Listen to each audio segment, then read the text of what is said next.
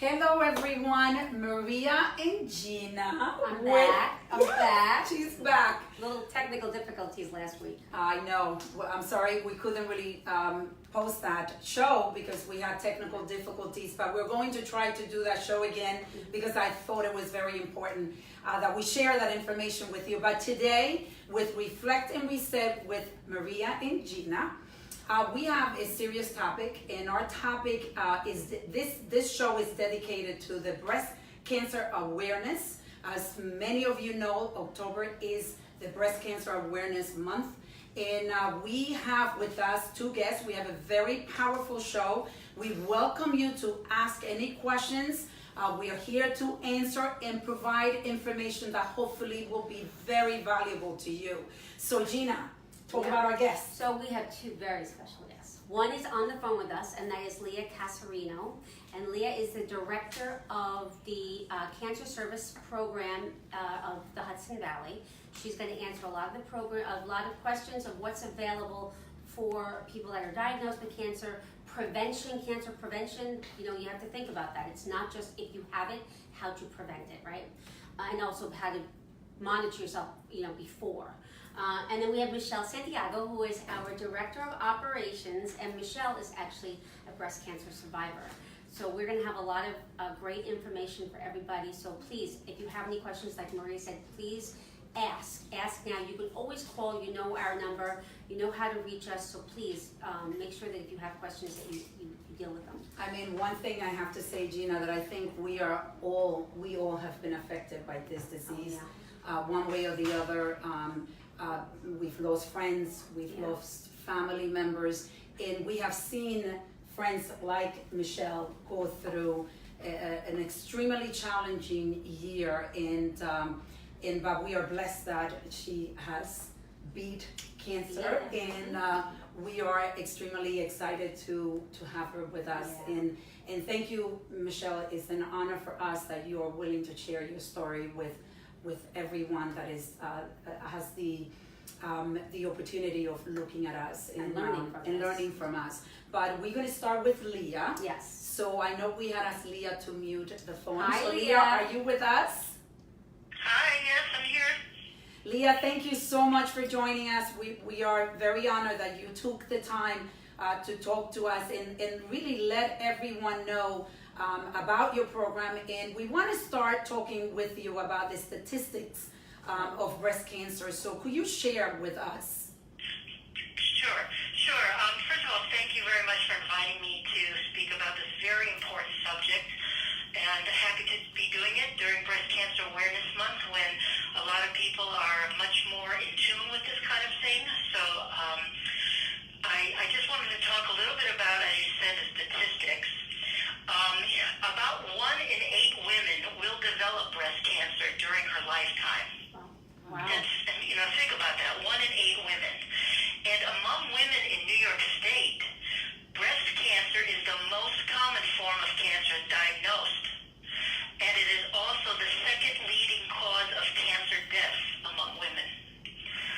So, regular breast cancer screenings can certainly contribute to improving these outcomes and also reducing expense, because detecting breast cancer early at more treatable stages is when the treatment is less costly. Mm-hmm. I know that we had spoke before a little bit about, you wanted me to talk a little bit about women without health insurance, and that's very significant because women who don't have health insurance or do not have a regular health care provider are actually significantly less likely to get the recommended cancer screenings or get them at the time that they're recommended to get them. And studies have shown that uninsured women can actually have poorer outcomes when diagnosed with breast cancer because the cancer is found at a later stage. And Maria, just to interrupt for a second, Lea, Maria, you had spoken with a few people that, had become members. Right. And, and again, guys, this is not a sales pitch, but our premium membership covers GYN as well as the preventative screening with the Cancer Service Program.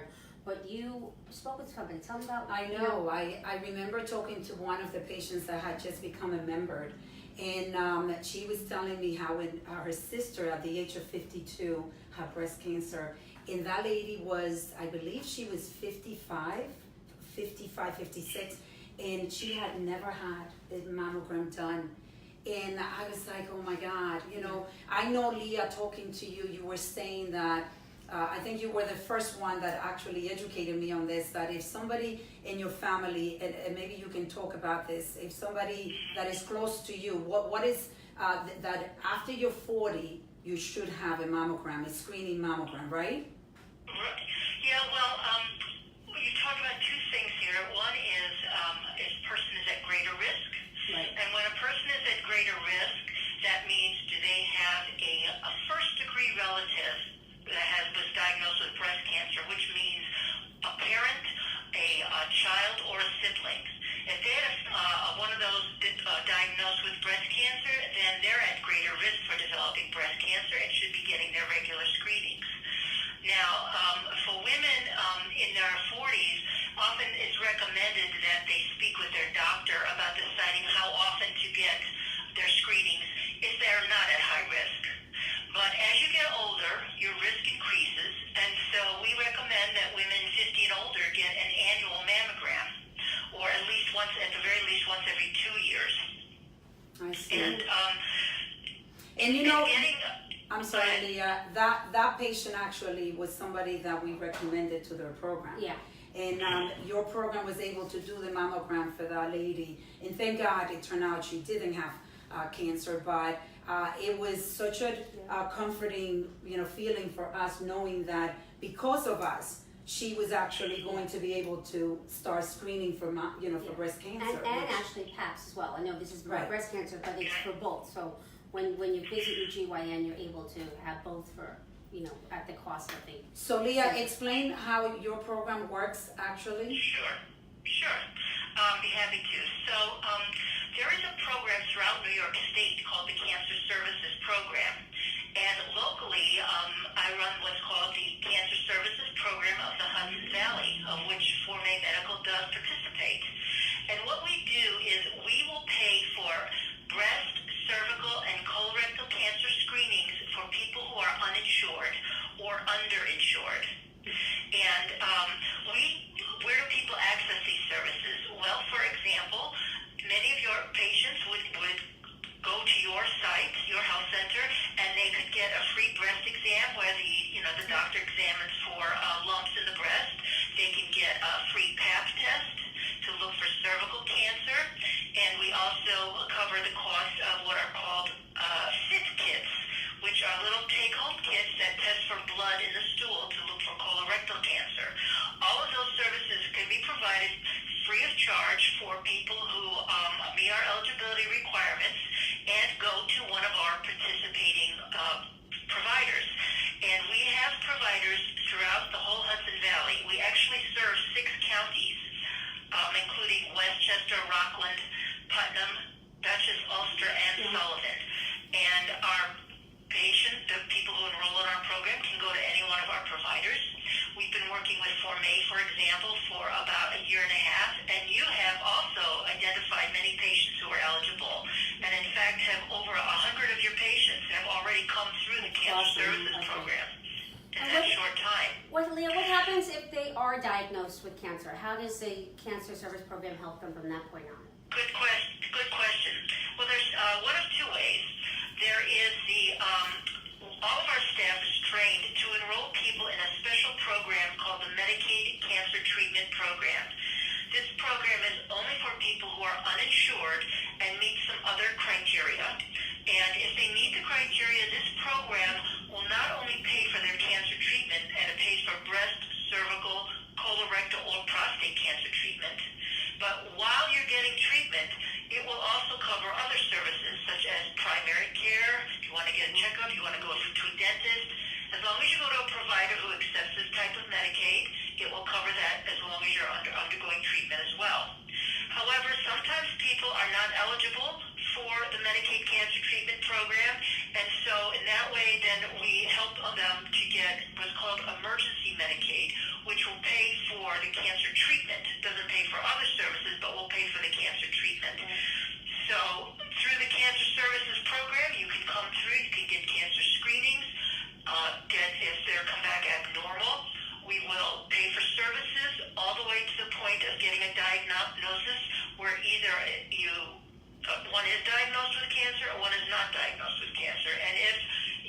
unfortunate circumstances, one is diagnosed with cancer, then we have these other two programs, Medicaid Cancer Treatment Program or Emergency Medicaid, to help pay for the treatment. That's amazing. That really is such a great service. Such a great service. I did want to talk a little bit about the eligibility because I think that's important, and there may be other people listening who may not be Form A patients or maybe haven't become Form A patients yet, but we basically provide services for women aged 40 and older. And for men, they mainly can get colorectal cancer screenings beginning at age 50 and older. You do not have to be a U.S. citizen to participate in this program, but you do have to live in one of the counties that we serve, and not be just visiting, but actually, live here. And those are the primary criteria. There are some income guidelines, but they're very, very loose income guidelines, and usually people don't have a problem meeting those guidelines. So as I said, we do have a network of health centers and clinics, hospitals, specialists, all who participate in the Cancer Services Program, and they're located in communities throughout the Hudson Valley, and many of them have evening and weekend hours to assist people who are working or have child care issues, something you need to schedule at different times. So if people want to know more about your program, they could obviously come here. We facilitate the connection with you, and also if they need a mammogram, we will make their appointments, and we speak with either White Plains Hospital. We also do, I believe, New Rochelle Radiology, and Gemma, our patient navigator, is the one that guides and helps all of our patients. But could they also call directly to you? How does that work? Yes, we have a toll-free number. If they want more information, or they have a friend they want to refer, our number is 855-277-4482.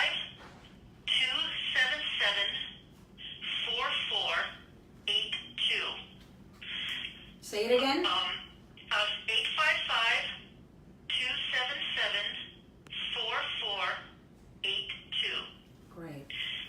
One other thing I wanted to mention about the program, another service that we have, is that if anybody goes and gets the regular, let's say they go for a screening mammogram, if that comes back abnormal in some way, or they need to get additional services, then we have case management services available.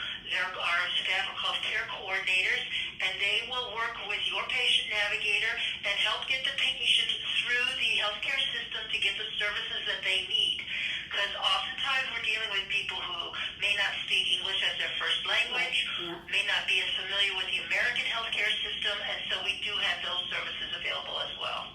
That's amazing. I mean, it's amazing what you do, and it is so gratifying for us to hear that you have taken care of 100 of our patients already. Thank you.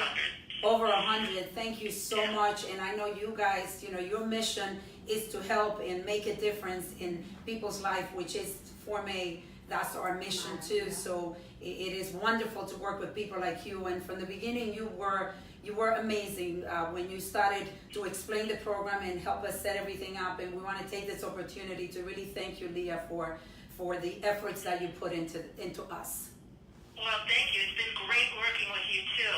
And I know you have a lot of people coming through your health center that are eligible for this program. But I'd like to say one thing to any women who may be listening to this, because we all know women always put everyone else first. Yeah, very true. And, this is the kind of thing that, yes, you have to do it for yourself, but think of your family as well. To get screened, to have that peace of mind, family members won't be worried, and you'll know that you're healthy. But also, too, if you get screened and something is found, the more regular you get your screenings, the more likely it is that they find something, and it's going to be very early on and very easy to treat. And that also gives your family peace of mind as well. So if you're not going to do it for yourself, at least do it for your family. You're so right. I can tell you that I personally, and then we're going to go to Michelle.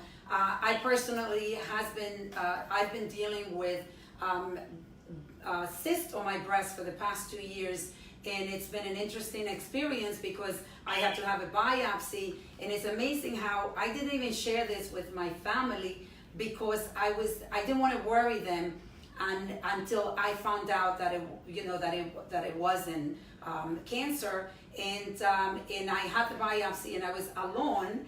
And after I told my kids that everything was fine, but that I did have that, they were upset with me. But it is, you're so afraid, like you don't want to hurt your family, because and we'll go to Michelle. I know that unfortunately Michelle has had to.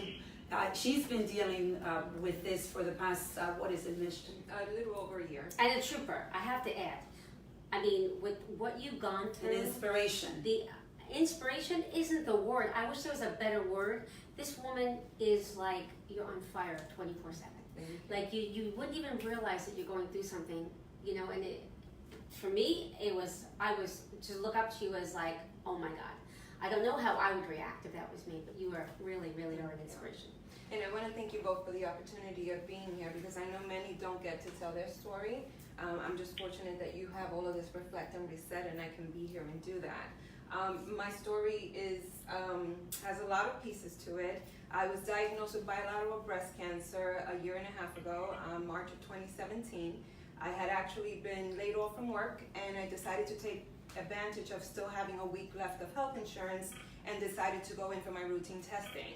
On my birthday, I was diagnosed with the bilateral breast cancer, so there were a lot of findings, and as Maria speaks about going by herself, I actually went for repeat imaging by myself and spent about 10 hours and had 2 different biopsies, a stereotactic biopsy on one breast and an ultrasound guided biopsy on another, just so that they could determine the types of cancer I had.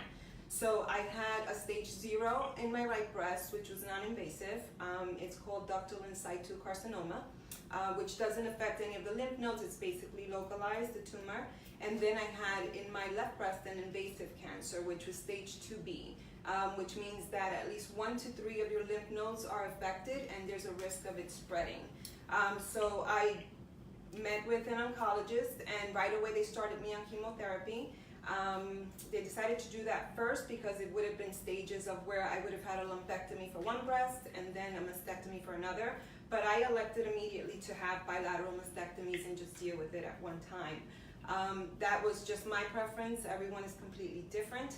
I just chose to really not want to go there again and really manage it from the beginning.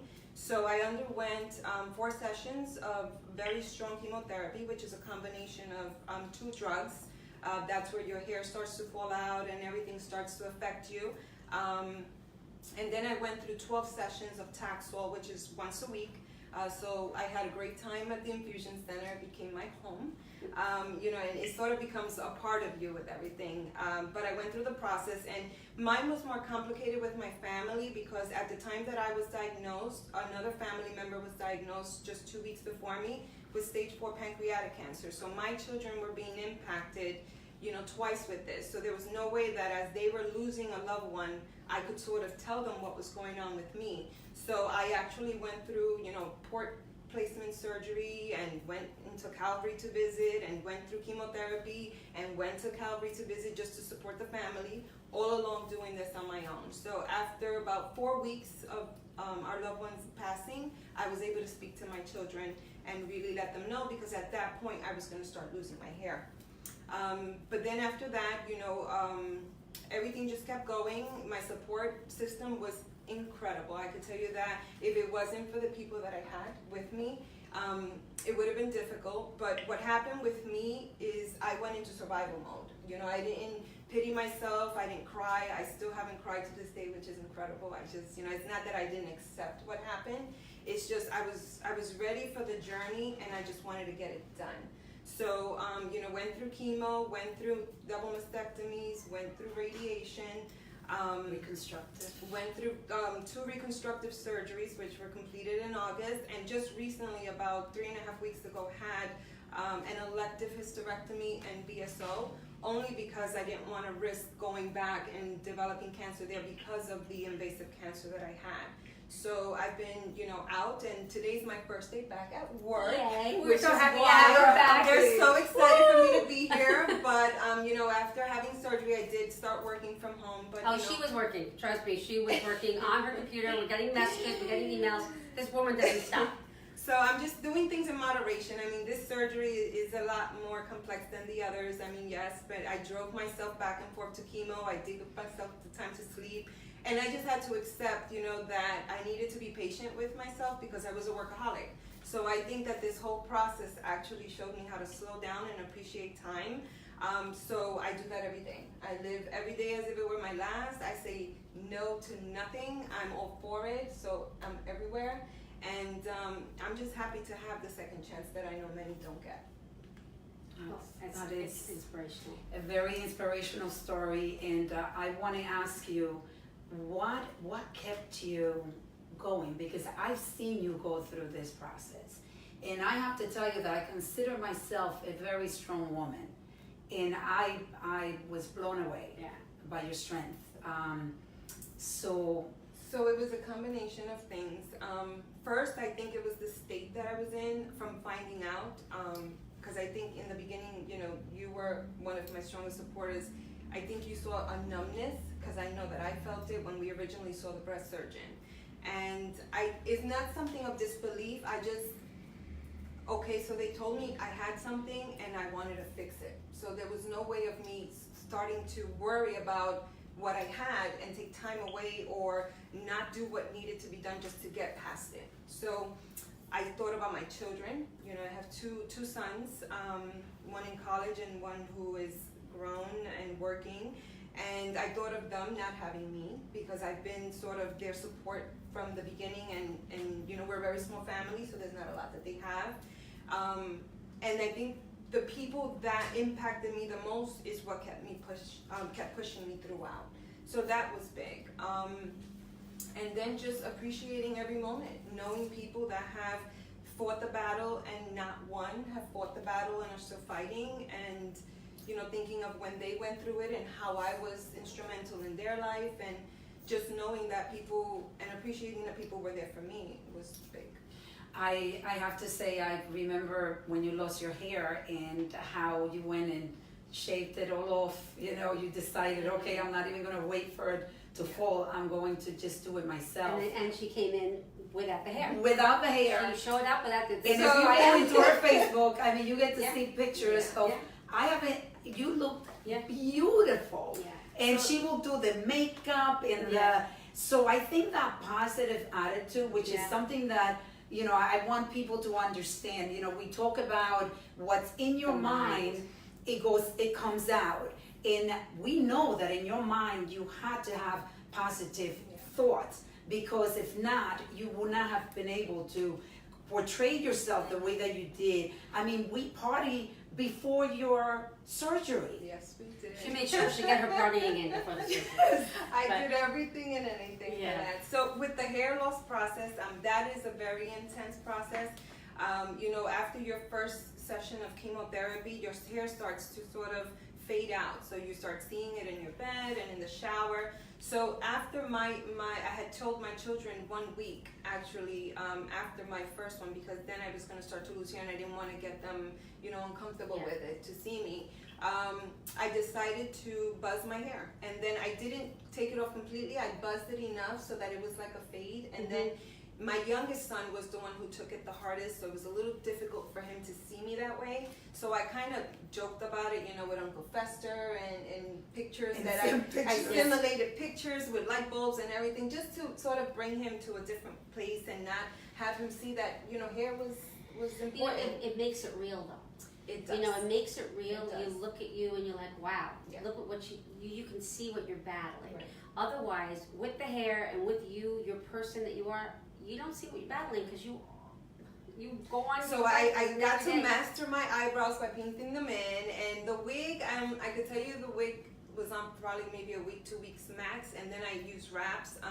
But I didn't like the wig much. I think it took away from who I was. Yeah. I did find one that I did love that I wore sometimes, which was what the fundraiser that we wore, and I still have her. Is that the straight hair one? Yes. Yeah. That was more like me. But I wasn't really for it, and I didn't really care that people would see me without the hair. It was just, I felt okay. Yeah. And everything. Yeah. But then when the hair started to grow back, I didn't know what to do. It was like, I was so cute. was like, why can't I paint my eyebrows again? Why do I have to worry about the hair? I mean, and then it grows back differently. So curly hair one like mine. thing that you should know is I used to have very straight hair, and after chemo, you grow back a chemo curl. So the hair is very curly, and it is called chemo curl. So I'm dealing with it now. But that's not even important. The great thing is that I'm here, and it's not about vanity, it's about modesty. And just to be there and be strong. I mean, I had to be, and I had to be strong for my mother. Too, because it's a traumatizing experience to see your child, your youngest child, and yet your only female child to go through something. And it's difficult for her, so I found ways within myself to sort of let her off the hook, as we say. Were you the first in your family? So I have no breast cancer history in my family. My grandmother had sarcoma, which is cancer in the bone, which spread to her lungs and then to her brain, which she passed from. I have a half-sister who has non-Hodgkin's lymphoma. She's in remission. And that was it. I don't have any history. So Lea, let me ask you a question. She's saying that there was no breast cancer in her family, but because there was cancer in her family, is she a candidate to have, would somebody like her be a candidate to have early mammographies and? Well, typically, those other cancers do not create risk. There is one other type of a cancer other than breast cancer, and that is ovarian cancer. So if you have multiple, second-degree relatives, even like grandparents, for example, who've had breast or ovarian cancer, that does increase risk. But I think she raises an excellent point, because there are many people who have no risk factor whatsoever and can develop breast cancer. And they think, oh, well, that doesn't run in my family, I don't need to get screened. It's just the opposite, You should always stay on top of the screening. So I'll tell you with that, as I was going through the process of the repeat mammographies and all the testing, I kept reading where it says, a healthy diet or an unhealthy diet and being overweight. Those are things that are factors that can bring about, those breast cancer. And I've been overweight for a good amount of my life. And I struggled with weight. And then it wasn't until I lost about 150 pounds that they really found the cancer. So I think the unhealthy eating habits definitely contribute to that, and unhealthy lifestyle in some cases. It is so important to take care of your health, and I know that you've taken on this journey and you are getting yourself healthier, and you are very focused on making sure that you lose weight, more weight, because you've had to deal with so medication that unfortunately. So first, for everyone, it's a different reaction. Some people actually lose weight because they can't tolerate the chemotherapy and all of the treatments, and some people gain because of all of the medication. For me, I was a lot less. I actually gained 28 pounds with chemotherapy. I had to get on Lupron because I went into menopause 1 month after my first chemotherapy session. And then I had to get on other medications throughout my treatment. So that did not allow me to sort of continue to lose the weight, which is why I also had an elective hysterectomy, because it takes me off of a Lupron, and then they're going to move me to a different medication where the hormones are not going to affect me so much, and the weight loss is not going to be easy, but it's going to be easier than when I was on both of those medications. So you are truly an inspiration, and I personally am honored to say that you're my friend, and that I have gone through this journey with you, and you have inspired me and have given me strength in so many different ways, and I want to thank you for giving me that opportunity. You're welcome. I'm a newcomer to this relationship. I'm like the one that's kind of splitting them up because she loves me more. But I'm always having her. It's hard not to love Gina. I mean, come on. But besides me, let's not talk about me anymore. No, but it really is true, Michelle. Like, I look up to you, and I'm so proud to be your friend, and I'm so proud of what you've accomplished and how you have struggled every day, and with that, with a smile on your face. And I hope that we could all be a lot like you, and hopefully people don't have to struggle the way Michelle did. But there if you are resources. If you are, we are here. As you could tell, we share. we're open, and if you are struggling and you don't have a village behind you helping you, come and talk to us. We could be your village. We could be your village, and I think that makes the difference. You know, it takes a village to make things work, and I think that's what happened with you. I know you have really good friends, and if I could say anything about support, you know, they often say that you can count the 5 most important people in one hand. I can tell you that I have that, and without that support, you really won't push forward. So what advice I would give someone who's newly diagnosed is, don't focus on what you have. You know, life is gonna impose things on you that you can't control. It's up to you to decide how you're gonna live with it, right? And it's not a death sentence, it's just you have to rethink things and see where your purpose is now and what should be done and how you can help others. I mean, I'm still trying to figure things out, because with me, I was working on so many things, life was really good for me, and then all of a sudden this happens. But I've always told everyone that I didn't feel like I was punished. I felt like God chose me as someone to really go through the process because He knew I could do it.